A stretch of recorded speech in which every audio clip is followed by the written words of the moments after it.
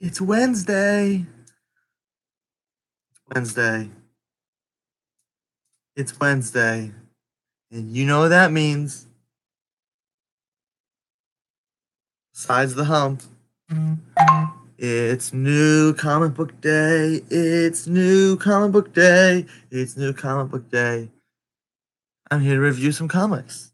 What came out today, Alex? I will tell you. I will tell you. We've got a lot of good new books today, some reprints, and then a special surprise that I got back today that I didn't even know that I was getting back today. But it came back today, and I was super surprised because I forgot I had this. So here we go. We're just going to start right with the only actual Marvel book that came out today that I got. This is Thor, issue number 3.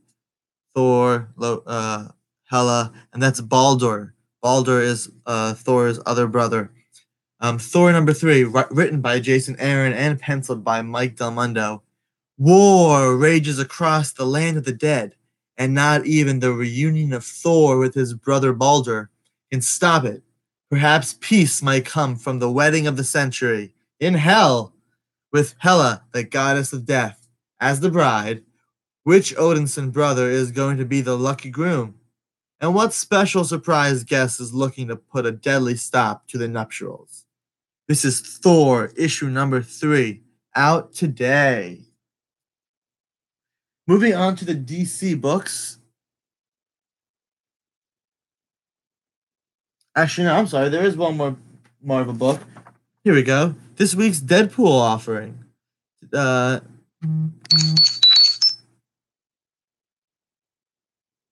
on one second. This is Spider-Man Deadpool issue number 36. Spider-Man Deadpool 36. The Master Matrix has been unearthed, as well as all the secrets of S.H.I.E.L.D.'s LMD program. At the heart of this program were Mary and Richard Parker, aka the Amazing Spider Parents.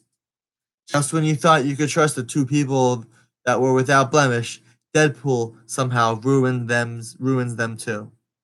This is Spider-Man Deadpool, issue number 36.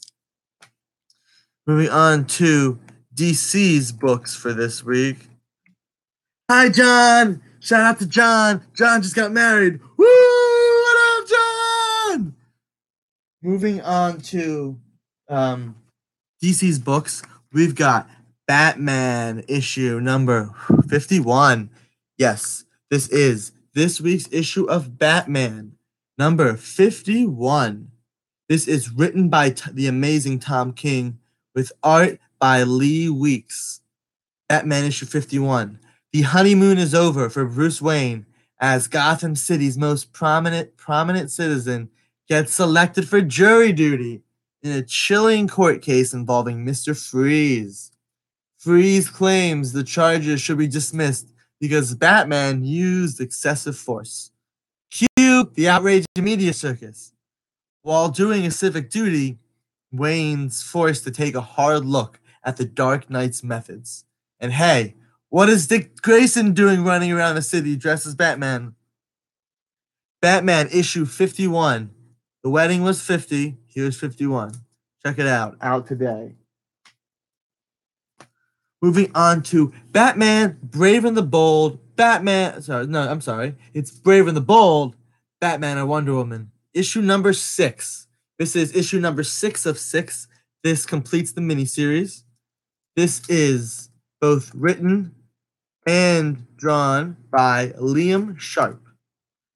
This is The Brave and the Bold, Batman and Wonder Woman 6.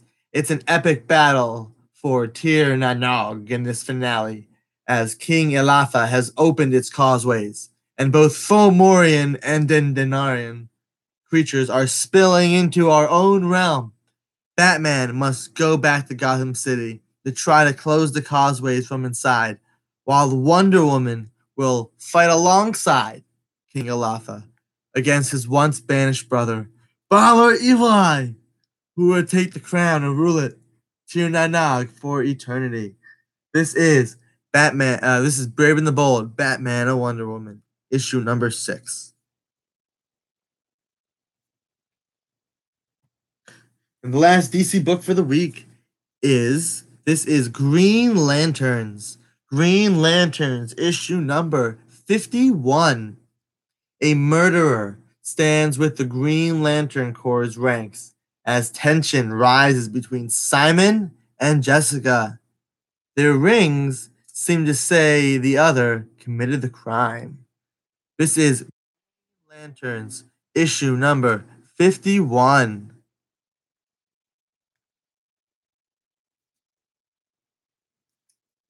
Moving on to the independent book for this week, we have got Mighty Morphin Power Rangers, issue number 29. Shattered Grid. The Mighty Morphin Power Rangers and their allies prepare the final counterattack against Drakon. As a new ally makes it through their world, and Zordon makes a last-ditch call for help. Mighty Morphin Power Rangers, issue number 29, part of the Shattered Grid storyline. Now we're going to go back to Marvel for the Star Wars offerings for this week. After the other week's Star Wars issue number 50, we have this beautiful cover of the Falcon. Star Wars issue number 51, Hope Dies Part 2. The Millennium Falcon, alone, versus an entire Imperial fleet. Can Leia discover the cause of this disaster? And even if she can, is it too late? Star Wars issue number 51, Hope Dies, Part 2.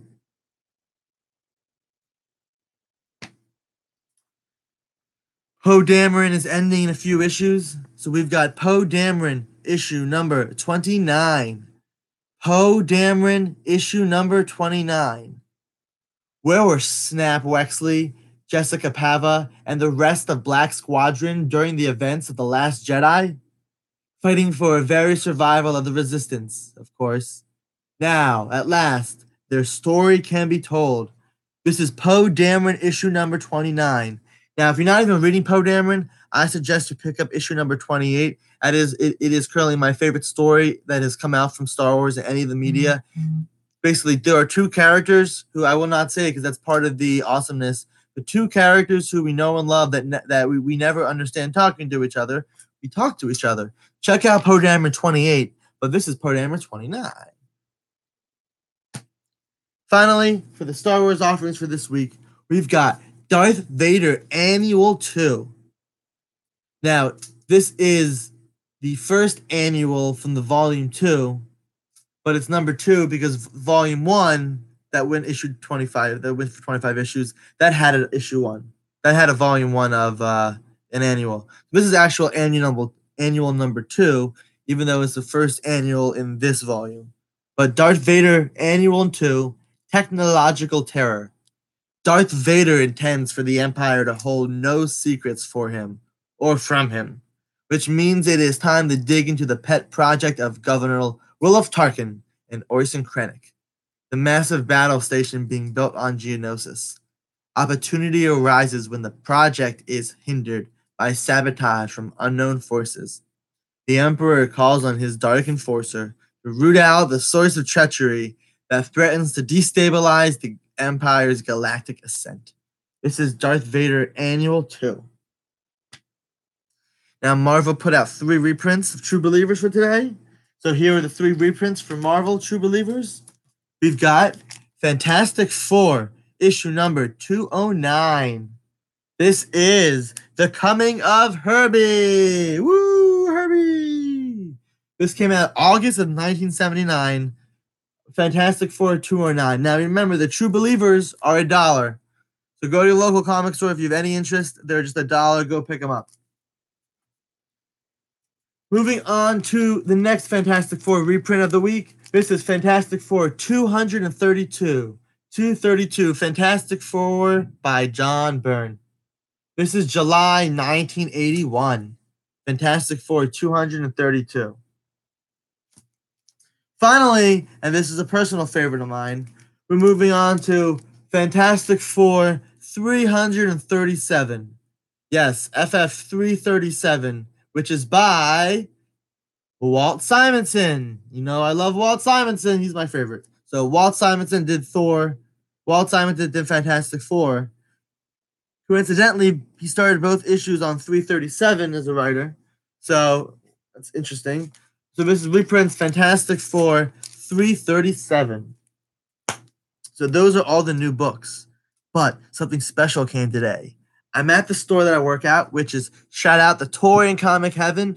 Toy and Comic Heaven, 21 Easton Road in Willow Grove. Toy and Comic Heaven. It's a heaven of toys, comics, video games, anything you could possibly need. We probably have it. I mean, there's some crazy stuff there.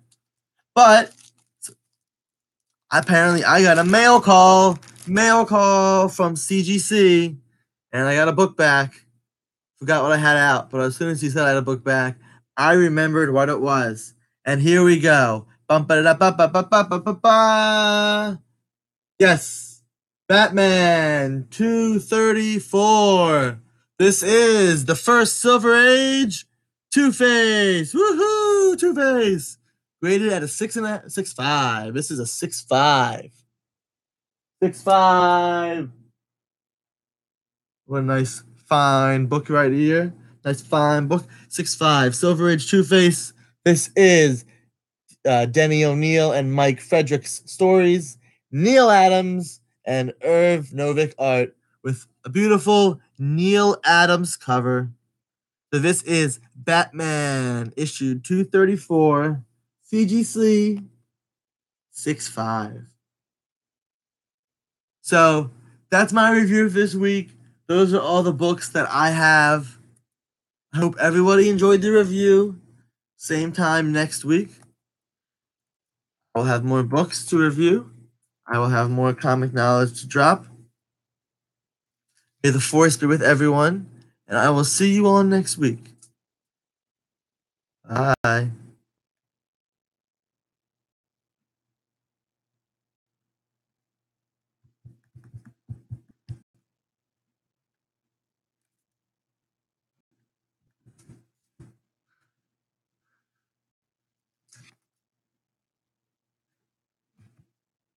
What's up,